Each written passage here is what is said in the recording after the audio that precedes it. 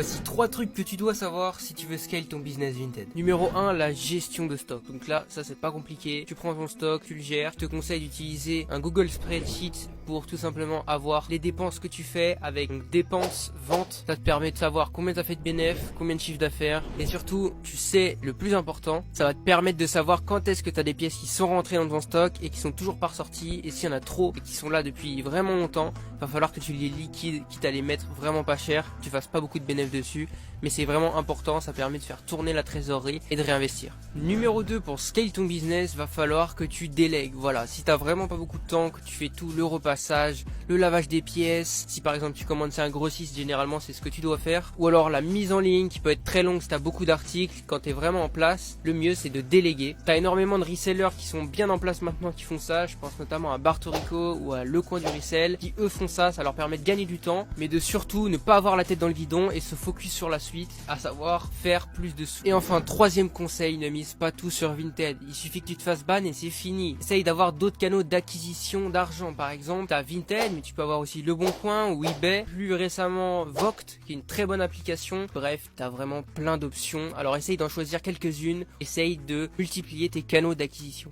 Pour plus de contenu sur le resell, abonne-toi.